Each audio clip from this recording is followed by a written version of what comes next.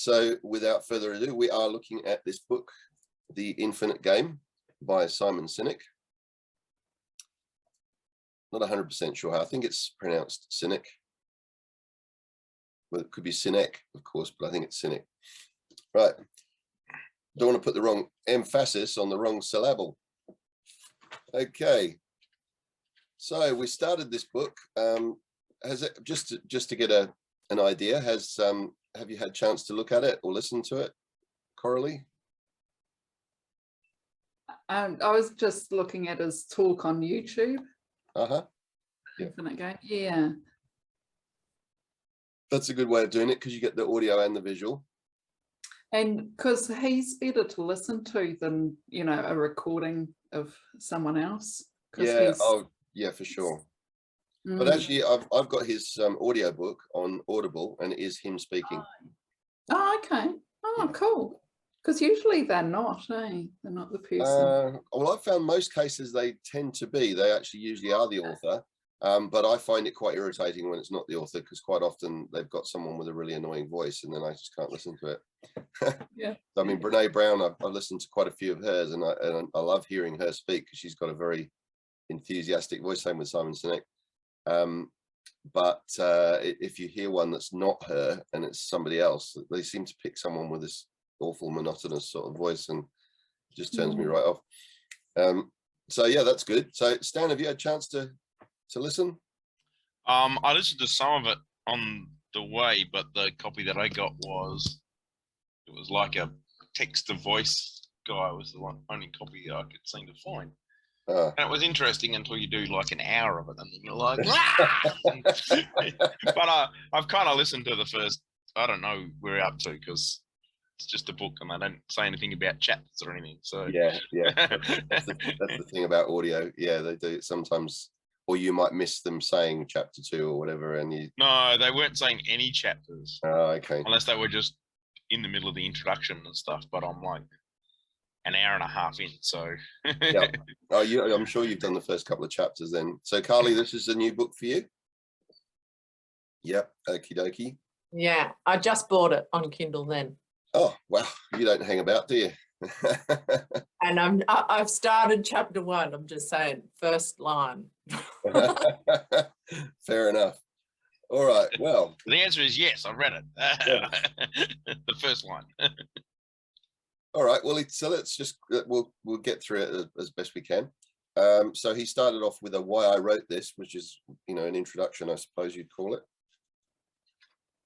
And I highlighted something there, which was, well, he's talking about the fact that it's surprising this book even needs to exist, and how when we have a common cause and choose to collaborate, then we keep trying. So he says, we did these things not because of the promise of an end of year bonus. We did these things because we felt like we were contributing to something bigger than ourselves, something with value that would last well beyond our own lifetimes. So he goes on to say that as human beings, we're naturally inclined to seek out immediate solutions to uncomfortable problems and prioritize quick wins to advance our ambitions. We tend to see the world in terms of successes and failures, winners and losers. Isn't that true? We do tend to look at the world like that. We tend to revere the winners and almost lambast the losers quite often. And you know, there's an old saying about if you runner up or second, you're like first of the losers. You know, so if you look at, say, sports, for instance, you might go a whole season of fighting in a Premier League campaign, and you finish second, and it's just disregarded as, oh well, you lost. You know, you're first of the losers, and yet that's a hell of an achievement to finish second, isn't it?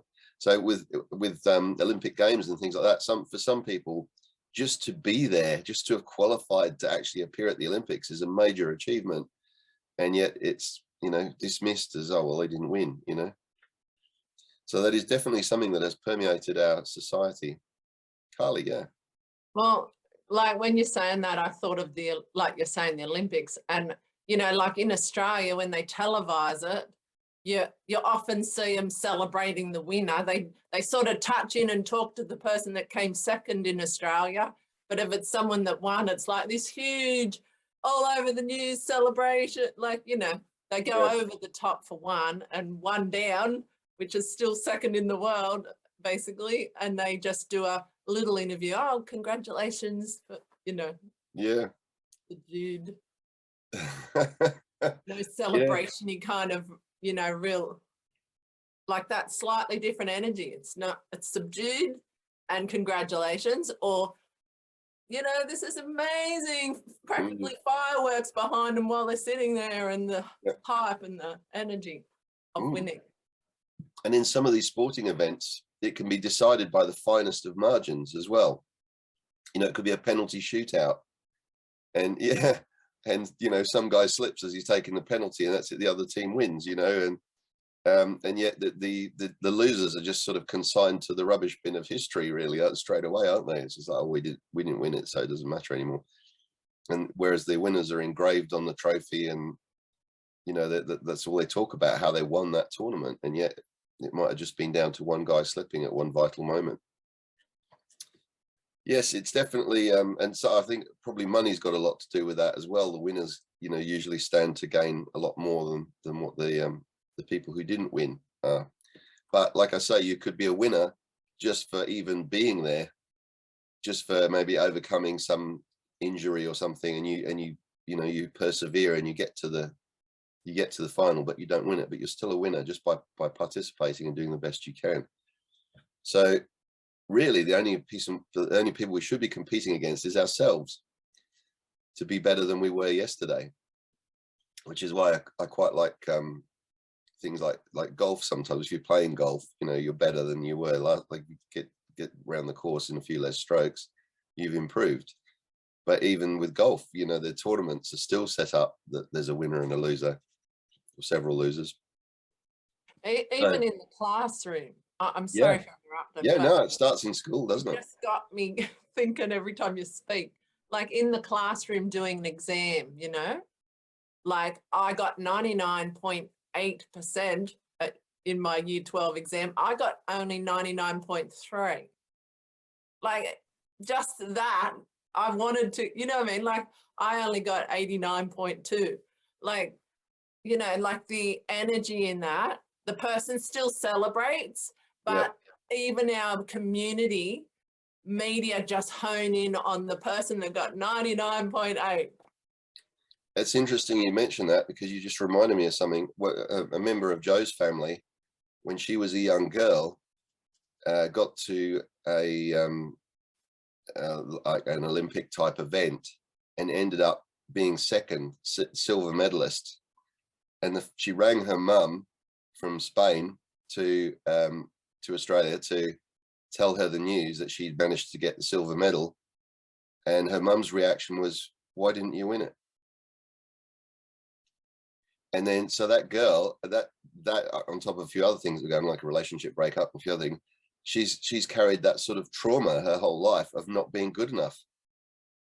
And she was runner up. She got the silver medal, and yet that was dismissed by her mother, the most important, you know, sort of person that you look to for support and encouragement. Just dismissed as, oh, that was nothing. You just, you know, you were first of the losers. Why didn't you win it? And it really impacted on her psychologically going forwards. So it can be very damaging for, you know, we don't realize that very often as parents, the throwaway lines that could impact on a child for the rest of their life going forwards, until they come to terms with it or talk it out with a therapist or something, you know. Yeah, you could see how that's very depressing eventually, you know, like it builds on itself. And the person loses a little bit of confidence or doubt, and then it builds and it builds. And like you said at the start, it's all about celebrating our own win, celebrating ourselves as, you know, the success for where we got, you know, because that person a year before might have only came 10th in the world. Now they're second in the world. So they, behind the scenes, they're celebrating. Then we've got the whole media component. I mean, this is high up sport. So we've got, you know, same with New South Wales versus Queensland. We've got this media thing. Oh, how do you feel? You know, the Queensland team beat you again, basically. So it's, the media doesn't help. you know, our mindset doesn't help, because the media wouldn't be like that if we weren't like that as well. It's very it creeps up on you too. I remember just recently, last season, I was playing indoor beach volleyball, and we lost the grand final to another team, and so I got to stand up and be presented with what I saw as a loser's medal, right? And it was basically a runners-up medal, right?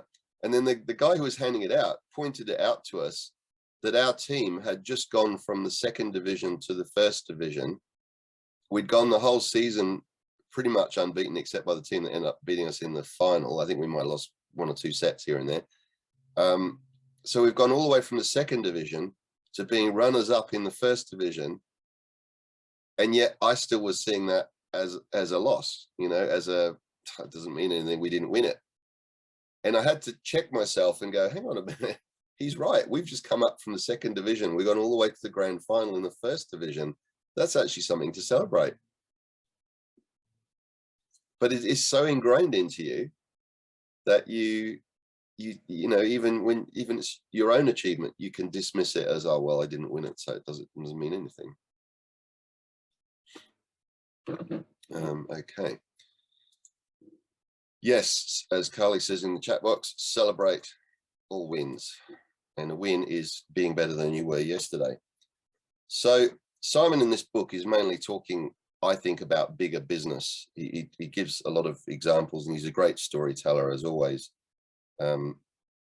He goes on to say in that introduction, this impersonal and transactional approach to business seems to have accelerated in the aftermath of the Industrial Revolution, and seems to be accelerating even more in our digital age. We're so quick to judge everything in our digital age. He says, when we say things like people must come before profit, we often face resistance. And this is a real damning summary. We resign ourselves to waking up dreading to go to work, not feeling safe when we are there, and struggling to find fulfillment in our lives. Wow. It is well within our power to build a world in which the vast majority of us wake up every single morning inspired, feel safe at work, and return home fulfilled at the end of the day. It's a great aspiration. Is it achievable? Is it? It's within our own personal power, but is it within our power to make it that way for the whole world? When you look at sweatshops in you know, poor economic countries where they're mass producing consumer goods for the Western world, you know, working ridiculous hours in a factory and so on, you think, is this realistic for the whole world, or is it only, you know, something we can strive for in our part of the world, in our sort of advanced part of the world? When you've got extreme poverty in some of the countries, is this achievable? So he goes on to say, great leaders set up their organizations to succeed beyond their own lifetimes. And when they do, the benefits for us, for business, and even for the shareholder are extraordinary. So he's got this vision, and this is why he's written the book, and he felt it necessary to write the book. And funnily enough, the first chapter, chapter 1, is called Winning. Just what we were talking about. And as always, he's a great storyteller, and he goes on to start off talking about, oh, sorry, no, it's not the first chapter, it's another introduction before the first chapter. So it's about the Vietnamese, the Tet Offensive, and how the North Vietnamese broke with tradition and launched an attack on what was normally celebrated as a day when no fighting took place, akin to our Christmas Day celebration, where, you know, in the First World War, the British and the Germans and so on stopped shooting at each other on Christmas Day and were singing to each other, and then the next day they all started shooting at each other again. The North Vietnamese decided to launch a surprise attack on this similar celebration day, the Tet Day, and took the Americans by surprise, and yet the Americans repelled all the attacks. So he goes on to say that over the course of the 10 years in which US troops were active in the Vietnam War, America lost 58,000 troops. North Vietnam lost over 3 million people. As a percent of population, that's the equivalent of America losing 27 million people in 1968. That's incredible, isn't it? But all this begs the question, how do you win almost every battle, decimate your enemy, and still lose the war. Incredible, isn't it? So he goes on in the first chapter to elaborate a little bit more about that with chapter 1, explaining that there are the definition really of a finite game compared to an infinite game. So in a finite game, we do have a winner and a loser. We do have a set of rules that are agreed upon. Football, we have, you know, who's going to win is determined by the number of goals they score or number of points they get. But in life and often in business, there can't be a winner because the game never ends. The game goes on. So how can you win something that never ends? You can win a section of it. You can win a period of time. You could be depends what metrics you use. So he talks about metrics in this. You know, you might have the highest percentage growth, or you might have the biggest market share, but that's fickle. That can change tomorrow because the competitor can change and launch a new product or bring something else in or do something a different way. So, and this is particularly powerful. I think this statement is, I've highlighted this one in orange, people. You know, that means it's powerful, right? No matter how successful we are in life, when we die, none of us will be declared the winner of life. You cannot win life. You can have a good life. You can have your best life possible, but there is no winning. We're all going to leave at the end, go somewhere else, depending on your religious viewpoints. We won't get into that, but you know, maybe you come back as a cat or something, or maybe your spirit goes off somewhere else. But there's no actual winning or losing, is there? Unless you believe in the religious dogma of, you know, you're going to suffer in the fire and hell and brimstone for the rest of your life, or you're going to live in paradise in a fluffy cloud and, you know, people serving you martinis or whatever it is. So what is the way of winning or losing in life? There's only really how we sum up our own lives. Or has anyone had the privilege or the opportunity to do a eulogy? I have. I've delivered 2 eulogies, and the first one was for my father-in-law, who I'd only really known a short time. You know, only probably maybe 2 years, I think, into it, maybe two or 3 years, from when I met Joe to when he was sick and he died of bowel cancer. And the family asked me to deliver the eulogy, which I didn't want to do at first. And then I sat there and wrote some notes, and I read out my notes, and they said, no, we really want you to do this because you've done it so well. And it's a lot of pressure, believe me, because you're trying to sum up somebody's life in a short speech. You're trying to do them justice. You're trying to do the family justice. And it's an amazing thing. Well, then I've had to do, actually, no, I've done 3 because I had to do my father's. And then I had to also do one for my mother. So my father lived to be 90 and went through the Second World War. Mother lived to be 100. And I mean, I think I opened my mother's speech with, you know, how do you sum up 100 years of someone's life in a few sentences, in a few paragraphs, you know, in a 10-minute, 20-minute speech that you're trying to give people an insight into what their life was all about and what they did. So it's a fascinating thing. Going to funerals in general is a fascinating thing because you really are, you know, evaluating someone's life and their achievements and what they were all about, the essence of who they were, how they touched people, and, you know, in what way they impacted their community or their family members. So it makes you think, can you win or can you lose at life? No, you can't really. You just do the best, have the best life you can, and then take it from there, I suppose. Who knows what comes next? Everyone has their views on that one. Anyone got any thoughts on that? I don't mean to go on a downward spiral with the conversation. It's actually, it's changed. It used to be a mourning thing, and now it's more a celebration of life. You're looking at you know, the impact that the person had on the people around them. So it can be turned even though everyone's sad, you can also find the happiness in it. Sorry, Carly, go on. I was basically going to say what you just said, the happiness in it, Yeah. because you're finding the emotional essence of the person.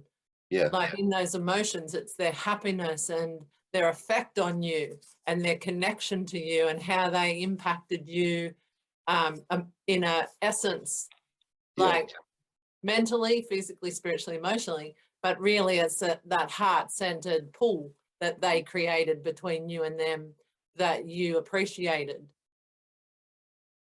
yeah. And presumably you wouldn't normally be at a funeral if you hated someone or didn't get on with them. No, but basically you're fully there on that day expressing that truth where you might not have normally shared that just randomly to each other. So on that special occasion, everyone is doing that expression of how they really appreciated that, the value of that person. So a funeral is actually a perfect place to do that because you're actually honoring them for their whole entire life that day. Because normally you wouldn't ever express that value that much. You might have, depending on the person, but not in a big group like that with total strangers. You might not know everyone, friends, work colleagues, you know what I mean? Like it's a real honoring. Yeah. Yeah, and it also maybe prompts you a little bit to think that we need to do more of that while the person's alive rather than waiting till they've died to say good things to each other.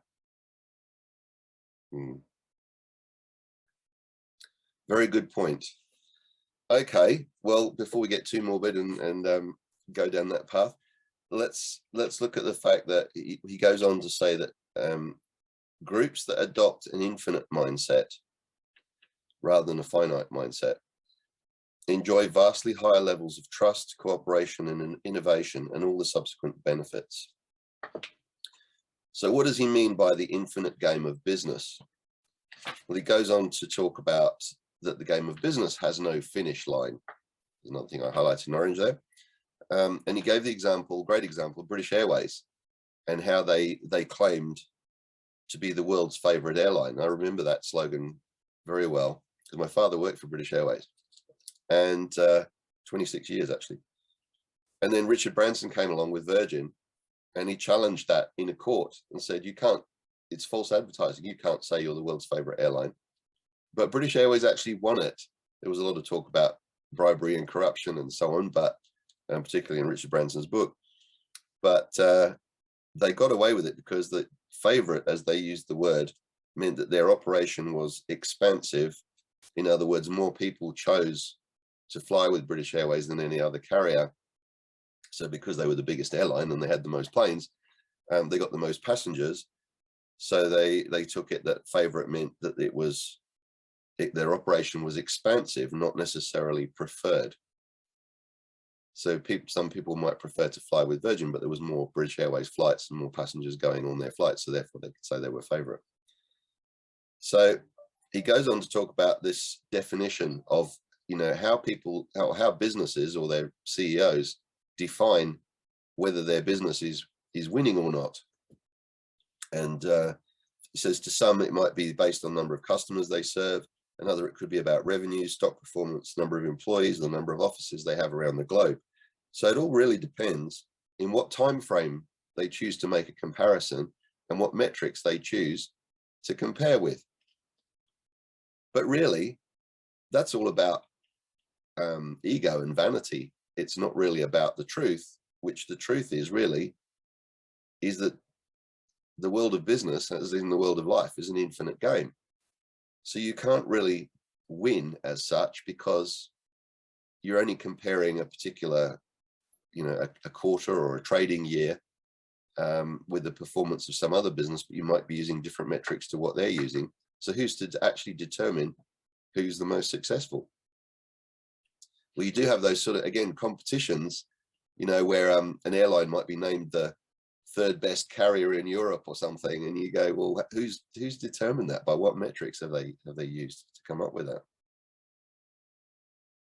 So he says, to succeed in the infinite game of business, we have to stop thinking about who wins or who's the best and start thinking about how to build organizations that are strong enough and healthy enough to stay in the game for many generations to come. the benefits of which, ironically, often make companies stronger in the near term also. So another great book on that topic was Jim Collins, who wrote Good to Great. And he did a survey over, I think it was about 15 years of, or 20 years even, of companies and which ones were built to last. That was the first book he wrote, Built to Last, and then Good to Great. So it was the same sort of principle.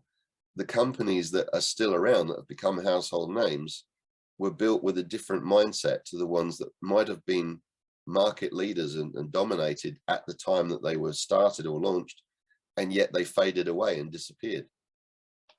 And I suppose if you were using a musical term, you'd call them a one-hit wonder. You know, that they like the record, the musicians who have a #1 hit and then you never hear from them again. So businesses can do the same kind of thing. And another great story, he's such a good storyteller. He goes on to talk about the difference between Microsoft and Apple, and how he got a real insight because he was invited to be the keynote speaker and spend a lot of time, firstly at Microsoft and then at Apple. And he talks about how he noticed a significant difference in the mindset of the people in those organizations. At the Microsoft event, the majority of the presenters devoted a good portion of their presentations to talking about how they were going to beat Apple. At the Apple event, 100% of the presenters spent 100% of their time talking about how Apple was trying to help teachers teach and help students learn. So their whole philosophy was built around being of service to the market. How could they be better? How could they deliver what the market wanted, be innovative, just keep improving what they were offering? Whereas Microsoft was all about trying to beat Apple. Interesting, isn't it? And then he goes on to talk about the iPod and various other things. And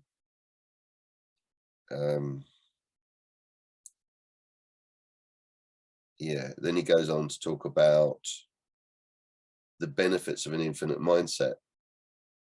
So the true value of an organization comes back to this Microsoft Apple thing a little bit later. The true value of an organization is measured by the desire others have to contribute to that organization's ability to keep succeeding, not just during the time they are there, but well beyond their own tenure. So unfortunately, a lot of CEOs' salaries, and we see this particularly in Australia, the big executives and the big mining companies and so on, they get these incredible bonuses and payouts if their company achieves certain metrics. And yet, is that really the defining sort of summary of their success with the business? Because very often, in order to hit those profit targets, they might have laid off loads of people just to cut their expenses down. And so they're putting the balance sheet and the profit and loss statement ahead of the people in their organization, and maybe even ahead of their customers, not necessarily delivering what's best for their customers. But I mean, one example I think of is the banks, how they've closed down all the branches. So sometimes there might have been an elderly community living near a branch that were using that branch. Suddenly the bank decides it's not profitable anymore, so they just shut it down. They don't care about the people who now can't get to the branch and maybe don't know how to use modern software like, you know, NetBank and things like that. So again, it's all about profits and about the bottom line and about hitting those figures very often, so the CEO can get his big bonus. It's quite an insidious thing that's invaded our big businesses around the world, but it's particularly noticeable in Australia. I'm just going to add, because our bank locally closed and then moved. And the funny thing is they've moved it to where no shopping centre is. Yeah. And it's crazy. I think they put it near a block of units. Right. But no shopping centre. So they moved it about 6 k's away from the shopping centre. And it was at the shopping centre. And is it easy to park near where it is? No, so they don't really care, do they? It's like 15-minute parking in this area, and there's only like the odd little spot. Like it's not like anyway, I'm just saying it's interesting because they totally did what most common sense would not do. Well, I wouldn't have done that. Can you remember, I think it was probably must have been about maybe 10, 15 years ago, I can remember a period where I got phone calls all the time from banks doing surveys, or people doing surveys on behalf of the banks. They basically acknowledged that their service was awful, and that they, you know, wanted to be seen to be doing something about it. Because you go into a bank branch and there'd be a long queue and there'd be a space for like 10 tellers or something, and only 2 of them would be open and manned, and the queue would be reaching out to the door. And then they basically tried to cut it out so people don't go to the branches at all. They just try and fob you off with calling some customer service line where you're on hold for ages and you can't actually get to talk to anyone. And the old days where you could go and see your branch manager and have a discussion with your bank manager about your business and what you wanted to achieve and stuff, those days seem to, well, they certainly went. And then they brought in these titles like a customer service manager, who again was this person that you could never actually get hold of or get to actually speak to. The ultimate in customer service, you know. So Australian banks have certainly been a great example of how not to do it over the last couple of decades. Yeah. And all they care about, it seems, is the profit margin and the returns for the shareholders, return on investment. Yeah, so you're saying Simon's saying the opposite. You should be doing the opposite to that. Yes. And the banks are Yeah, just, Simon's saying a company built for the infinite game doesn't think of itself alone. It considers the impact of its decisions on its people, its community, the economy, the country, and the world. Now, wouldn't that be nice? But does it happen? It's an interesting thing. I wonder, he's written this book in 2019, and we've had COVID since then, you know, around the world. I wonder what the impact is going to be long term. Is there a change in the wind? Interesting. I found this, again, another little side story about Kodak. So I didn't know this, that George Eastman, who founded Kodak, I knew George Eastman because his daughter was married to Paul McCartney, rather famously, Linda. So, but George, the founder of Kodak, was devoted to his vision of making photography easy and accessible to everyone. It's a great vision to have, isn't it? He also recognized that advancing his vision was intimately tied to the well-being of his people and the community in which they lived. In 1912, quite a way back now, Kodak was the first company to pay employees a dividend based on company performance, and several years later issued what we now know as stock options. They also provided their employees with a generous benefits package, gave paid time off for sick leave, it was a new idea then, and subsidized tuitions for employees who took classes at local colleges. All things that have been adopted by many other companies. In other words, it was not only good for Kodak, it was good for the game of business. In addition to the tens of thousands of jobs Kodak provided, Eastman built a hospital, founded a music school, and gave generously to institutions of higher learning, including the Mechanics Institute of Rochester, which was later renamed Rochester Institute of Technology, and the University of Rochester. So he was forward thinking and ahead of his time in a lot of ways. And yet Kodak, and I don't think he was still in charge then, I might be wrong, but Kodak didn't embrace the digital evolution and stuck with trying to sell people cameras that used film. And now you've got smartphones with cameras that are better than, and everything's digital. And, you know, Kodak almost disappeared because they didn't react fast enough to the changes that were going on in technology. So, and that then goes on back to the Apple and Microsoft debate, and how the iPhone redefined the entire category of smartphones and rendered both the Zune, which was a Microsoft product, and the iPod, which was an Apple product, virtually obsolete. So you look now at our cameras that are on our phones are superior to a lot of the old SLR cameras that used to be sold only perhaps a decade ago. You know, the zoom capability on an iPhone is phenomenal, you know, and the quality of the image that you're getting, and the settings that you can adjust and all that sort of, I mean, I don't even know how to use it to its full extent. You could do a course on how to use your phone camera properly. So a finite focused company may come up with innovative ways to boost the bottom line, but those decisions don't usually benefit the organization, the employees, the customers, and the community, those who exist beyond the bottom line. So Simon's really having a go at large business and their motivations, their agendas. And so he sounds almost quite, what would you say, almost like a hippie, sort of challenging the Yeah. challenging the status quo. I was thinking he's sort of using the intuitive side of his, you know, like the finite game to me, infinite game to me is the intuitive side of business. Yeah. Yeah. Super conscious side of business. Yes. Bigger thinking. Absolutely. bigger Yes, definitely. consciousness. And like we're doing that individually as human beings when we win our Olympic second place. Yeah. And then we're creating a infinite expression of that to continue on the journey to win first place. Yeah. Hopefully eventually. I get the sense that there's something brewing around the world in terms of an increasing consciousness of challenging the status quo, of people standing up and rising against things that they deem to be unfair or unreasonable. And anyway, just going back to this, so we keep moving. A company built for resilience is a company that is structured to last forever. So he talks about this definition between, or difference between, companies that are built to be stable or resilient. So a stable one is built so that it should survive anything that occurs, and it'll go back to carrying on being stable after that event. But he goes on to say that companies that are built for resilience, which is almost have a higher risk aspect to them, if you want to look at sort of risk versus stability, like in the stock market,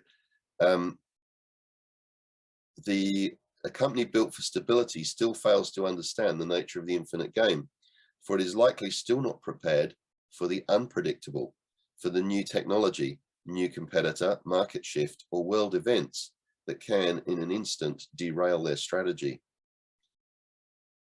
Resilient companies may come out the other end of upheaval entirely different than they were when they went in, and are often grateful for the transformation.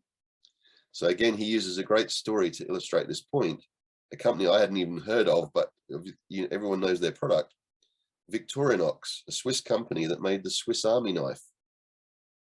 And their business was dramatically affected by the events of September 11. You think about it, before that, you could carry just about anything onto an aircraft, and then suddenly, no, anything where you might, I remember having a pair of pliers confiscated off me out of my guitar case in the Dublin airport. You can't take anything onto a plane now that might be deemed to be something you could use. They've even changed, like if you get cutlery, it's a wooden knife or a plastic thing. Even plastic got changed because plastic could be sharp. It might be used as a weapon. So it's incredible how that instant changed the world. So now the security checks that we have going on an aircraft are phenomenal. I mean, it's a good thing, because who wants to be on a plane that's going to crash into a building? But you don't think about it, but the knock-on effect of something like this on this company that made Swiss Army knives as their #1 product, suddenly the gift that they were given as gifts and so on around the world, people were not going to buy a knife, because you can't take a knife anywhere on into a building, or even they search you in high-rise buildings these days. It changed the whole way that people perceive this product. But instead of laying everyone off and going into defense mode, they went, how can we work around this? How can we come up with ways of being innovative? And so they didn't lay off people. They found ways of keeping everyone employed, and they changed their focus. And the CEO there said, we do not think in quarters, we think in generations. So where knives used to account for 95% of the company's total sales, Swiss Army knives alone accounted for 80%. Today, Swiss Army knives account for only 35% of total revenue, but sales of travel gear, watches, and fragrances have helped Victorinox nearly double its revenues compared to the days before September 11.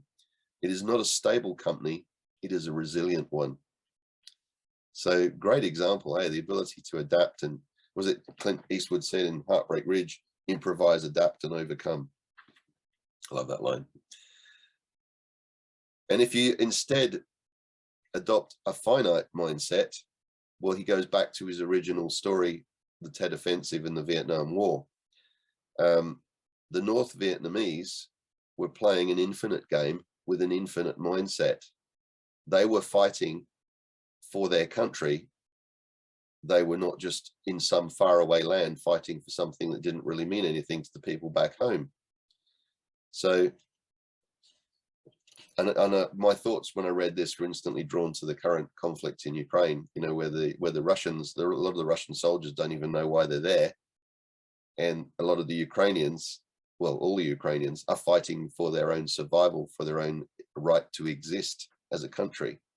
So who do you think's got the finite mindset and who's got the infinite mindset in that conflict? And it's such a comparison with Vietnam. Well, you only got to see how they talk, because the Ukrainian president talks with an infinite mindset when he speaks, and Mr. what's his name from Russia speaks more. He doesn't really say much. He closes. He speaks like he's very smart, but his words have no connection to emotion. No, you know, infinite connection. No, and I mean, you know, I'm not getting into politics, but he does sort of make up stuff about why they're actually doing it. You know, that they're eliminating a Nazi government or something, and it's like the guy's a tyrant. You know, it's but the Russian people are being told different things on TV to what we're being told on TV.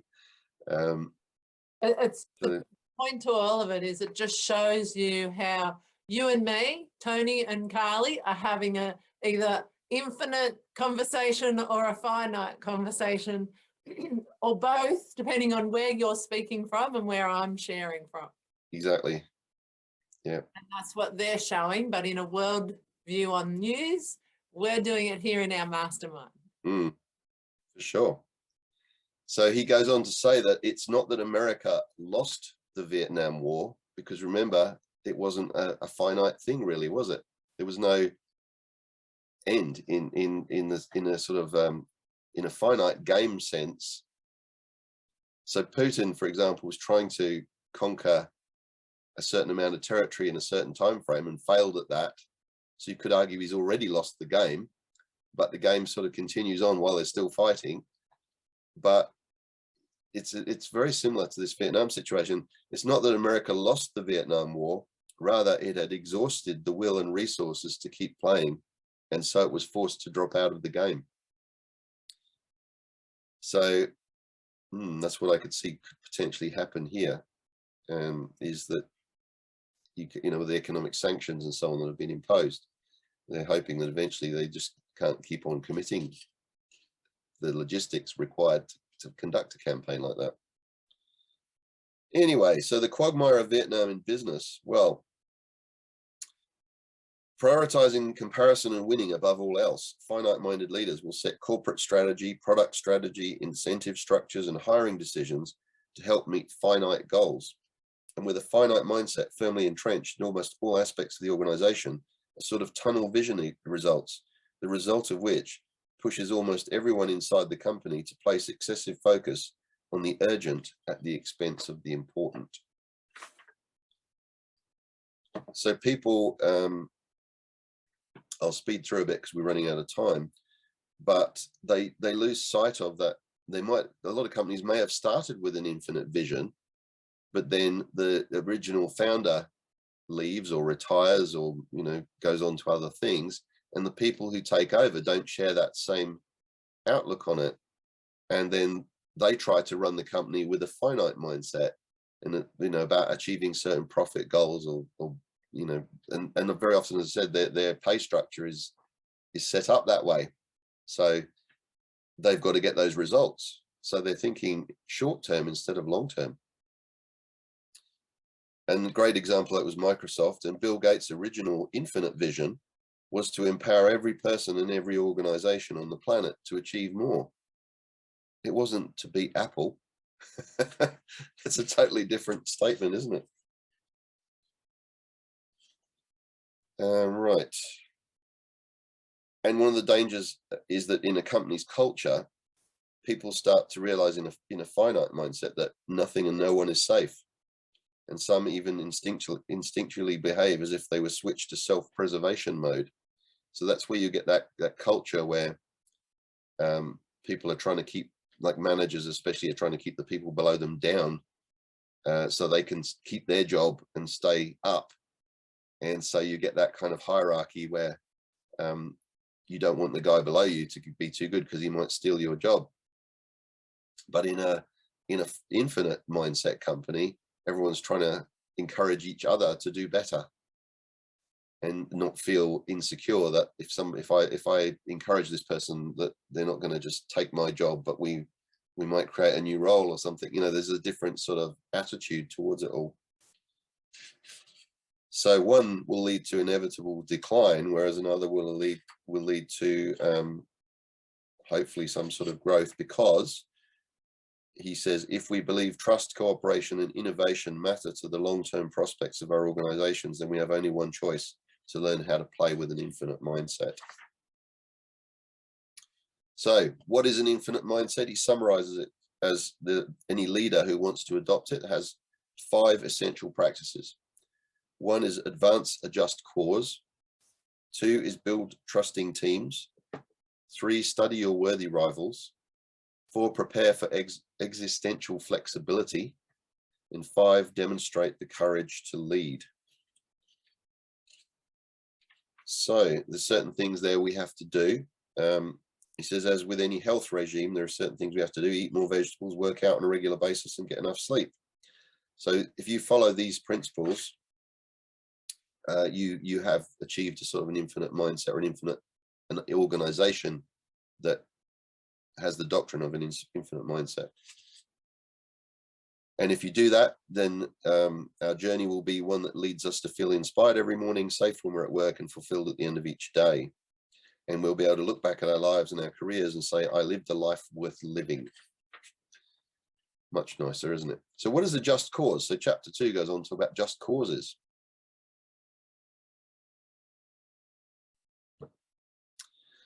And he gives this long story about the Nikolai Vavilov, who started building a seed collection in Russia, and how he was personally captured and tortured by the Nazis. The Nazis knew that this crop existed of all these seeds, but didn't know where it was kept.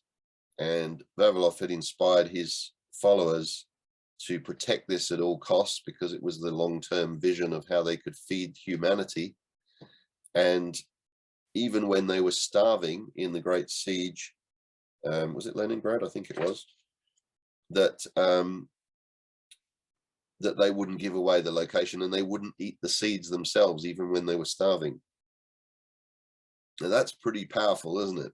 If you're starving hungry, but you're so committed to the vision of what you're trying to achieve that you won't break that and resist, or you won't yield to that temptation and eat that food that you know is right there in front of you, you'll starve instead. That's kind of an ultimate sacrifice, isn't it? And ironically, he was thrown in prison and ended up dying of malnutrition. So the guy who was trying to feed the world and had such a high ideal was tortured and then died of starvation. And when they asked the survivor, his followers, were you not tempted to eat the food? And they said, no, because what was involved was the cause of your life, the cause of your comrades' lives.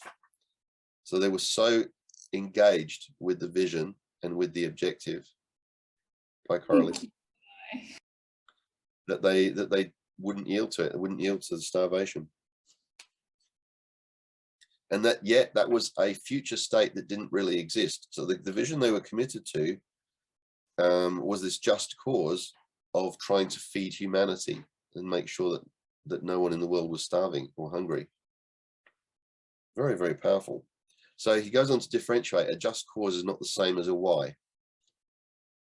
A why comes from the past. It's an origin story. It's a statement of who we are, the sum total of our values and beliefs. Whereas a just cause is about our future, defines where we're going.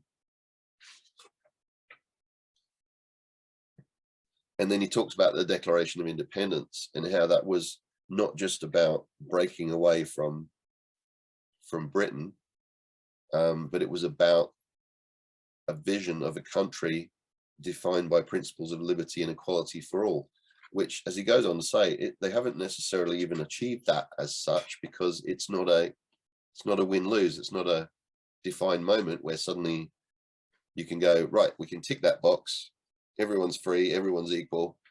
It's an ongoing aspiration that will probably never totally be achieved unless you could say every single person is equal and every single person is free. But it's a vision or a statement of intent that therefore constitutes what he calls a just cause. Yeah, when you're saying that, to me, the Ukrainian war for the Ukrainians is a just cause. Yes, I felt that For too. Russia, it's a just cause, but in a finite way, to the Ukrainians, infinite just cause. Is it a If just you- cause if it's based on a lie? Well, they think the Russians believing it's a just cause, and that's why they started the war. Yes. And the Ukrainians are in a just cause for humanity, you know, for their freedom. Yeah. And it goes back to, I think about the Second World War and about how was it Goebbels? No. It was Goebbels. It was the guy who was in charge of propaganda for the Nazis. Basically said that, you know, if you control the information, you'll win the war, because you're changing the mindset of the people, and you know, you're establishing a cause that they believe to be just, and it may be based on a lie. It doesn't matter. The fact is they've got the message across to enough people that they believe in that vision. Yeah, and that's why I love social media, because even back those days with the Nazis, they could do the mindset and spread the word. Yeah. Now we've got social media fighting against the truth. Yeah. And with the truth. So Absolutely. social media so it's a totally different, you can't sort of do the past anymore. Your just cause has a ripple effect, and the rest of the world got on board to help Ukraine. Yeah, for sure. And like you said, you can hear it in the speeches, the difference between the commitment level of you know, what they believe. Is very much more powerful with Zelensky, isn't it? So a just cause, by his definition, must be for something. So it must be affirmative and optimistic. So it's not usually, rather than saying like we're going to end world hunger, it's more like we're going to make sure everyone has the opportunity to feed their family. So it's more, the semantics are so important with things like that. Affirmative and optimistic. It's inclusive, so it's open to all those who would like to contribute. It's service oriented for the primary benefit of others, not for the organization itself. Resilient, able to endure political, technological, and cultural change, we just discussed. Idealistic, big, bold, and ultimately unachievable, like the Declaration of Independence. In reality, you think, well, are they ever going to have, can you ever say everyone in America is free and everyone is equal? Well, depends on the metrics you use, doesn't it? So no, probably not. But it's a good cause. It's a worthy cause, worthy ideal, as Napoleon Hill talks about following a worthy ideal, and Earl Nightingale. So living your life according to the pursuit of a worthy ideal is the ultimate way to have an infinite mindset. So just cause is something we stand for and we believe in, not something we oppose. Inclusive, we all want to feel part of something. We crave that feeling of belonging. And, you know, that's where, with that saying, hire for culture, and you can always teach the skills later. So you get people who are on board with where the company is going and what the company's vision is in an infinite way, not in a, you know, there's a lot of people have a vision statement or a mission statement, but they may not really be infinite. They're more finite very often. It has to be service oriented, so it must involve at least two parties, the contributors and the beneficiaries, the givers and the receivers. And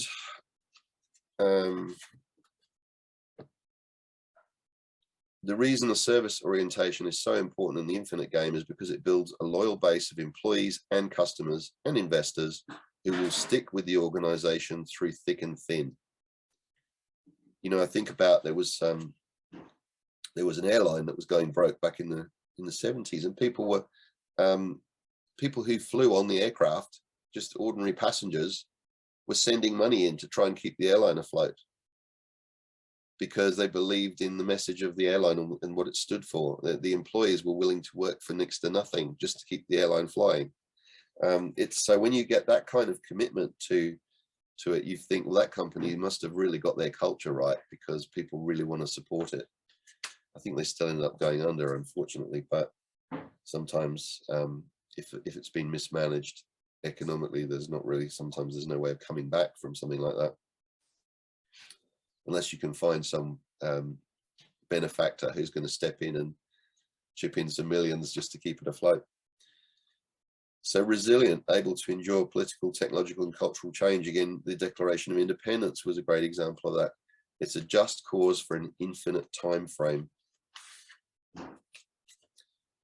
So to keep us in the Infinite game, our cause must be durable, resilient and timeless. And finally, it's got to be written down, because as we've seen with some companies, like for instance, Walmart, when Sam Walton was in charge, was led by an infinite vision, an infinite mindset. And yet then when he passed away and it was taken over by other people, he had CEOs then that were all about the metrics and were all concerned about the profit and loss statement and so on, and they stopped treating the people the way that Sam Walton had treated people, and the company struggled and became vilified because of it, because of the way they treated their employees, the way they treated the communities that they were. And it's where it used to be people would petition and campaign. I think this was in his other book, Leaders Eat Last. Excuse me. People would campaign to have a Walmart in their community, and then it became a case of people were campaigning to stop Walmart having a store in their community. So very, very powerful change, same organization, but led differently with a different mindset. So this infinite mindset is a totally different philosophy to the finite mindset.